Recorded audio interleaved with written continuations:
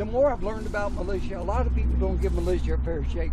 But literally, like you're at home with your family today, tomorrow you got a gun in your hand facing the enemy. So, it's local. Well, it's local, but you're not the tough, disciplined soldier that has come there. But now, even though General Washington was not a real fan of the militia, he learned under good leadership, and if they knew that they had close by, they had the regulars ready to support them if it needed, that these men could really fight and fight well. So as the war pushed on, they relied very heavily on the militia, and they didn't fail as they came through. Would the militia fight like, I guess your traditional like front to front fighting, or would it be more like guerrilla warfare? Well, it totally depends on the situation, but by and large, they went to open field. Okay. Yeah, facing the enemy, just like that.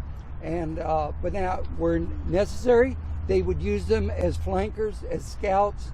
So they would be out on the flanks of the army. So if necessary, yeah, they would use guerrilla tactics, if necessary, if that fit.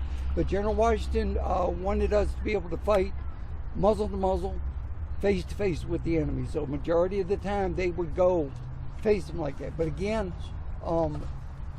you haven't had the discipline or the training that the regulars have had. Yeah. So, and that's why, well, it's two, you take that the British early on had a lot of these for their guns, these bayonets.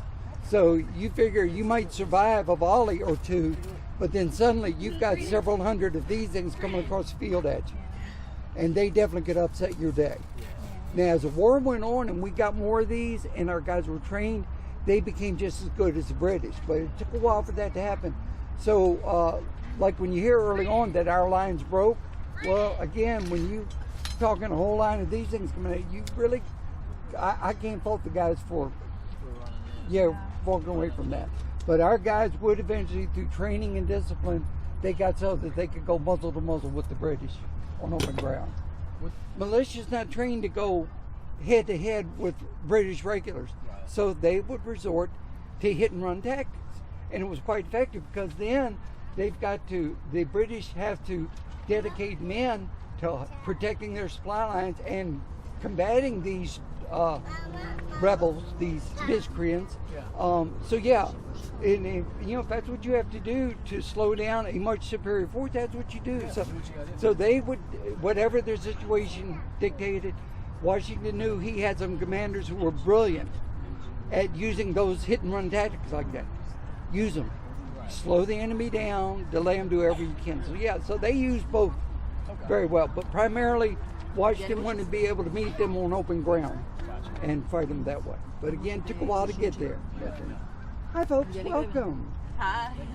My friends, thank you. Thanks for coming to see us today. We really appreciate it. Yeah. Hi, folks. This is some of the gear that you would have seen soldiers during the American Revolution carry. And we're doing a little bit different today from what we normally do. We normally talk about the Continental Army, the Army directly under General Washington. Well, today we're representing the militia.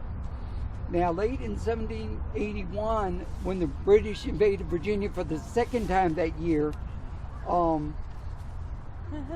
we had a lot of trouble because we didn't have a lot of troops ready to meet the British. So General Washington sent Lafayette with 1,200 regulars to meet up with the militia and try to put a force, or at least to slow them down.